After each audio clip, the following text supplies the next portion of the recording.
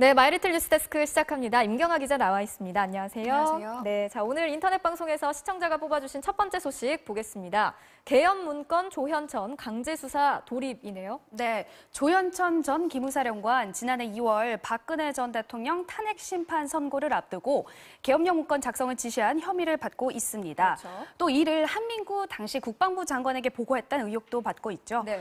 계엄 문건 작성 사건의 핵심 인물입니다. 예. 게다가 계엄 문건에 따르면 계엄령이 시행될 경우 조 전 사령관은 경찰, 국정원, 헌병 기능을 총괄하는 합동수사본부장을 맡는 것으로 돼 있었습니다. 예. 현재 군검 합동수사단은 계엄 문건의 작성 과정과 이를 지시한 주체에 대해서 수사를 하고 있는데요. 네.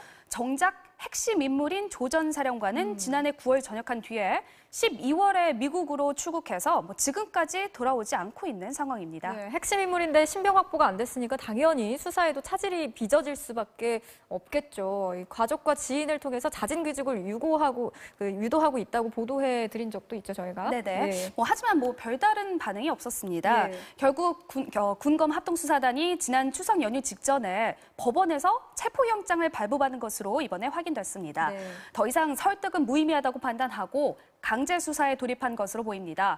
합수단은 조 전 사령관이 계속 귀국하지 않을 경우 외교부에 여권 무효화를 요청하고 인터폴에 적색 수배를 요청하는 방안도 검토할 예정입니다. 네, 강제 수사에 돌입했다는 것 자체가 강한 압박이 되지 않을까 싶은데요. 어떤 선택을 할지 지켜볼 필요가 있겠습니다.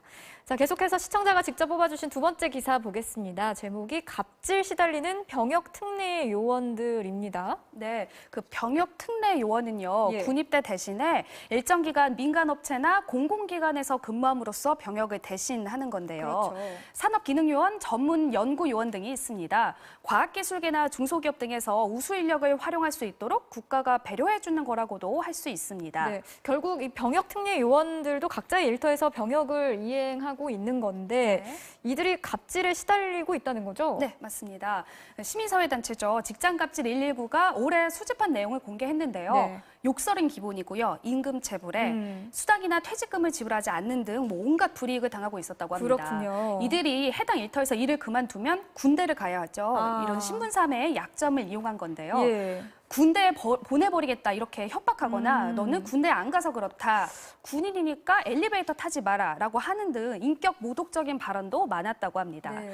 직장갑질 119는요. 병역 특례 요원들이 국가가 필요로 하는 일을 하고 있는데도 직장에서 현대판 노비 취급을 받고 있다면서 인권 사각지대에 일하는 특례 요원 16,000명에 대한 실태 조사가 절실하다고 밝혔습니다. 네, 자 지금까지 마이리틀 뉴스데스크 임경아 기자와 함께했습니다.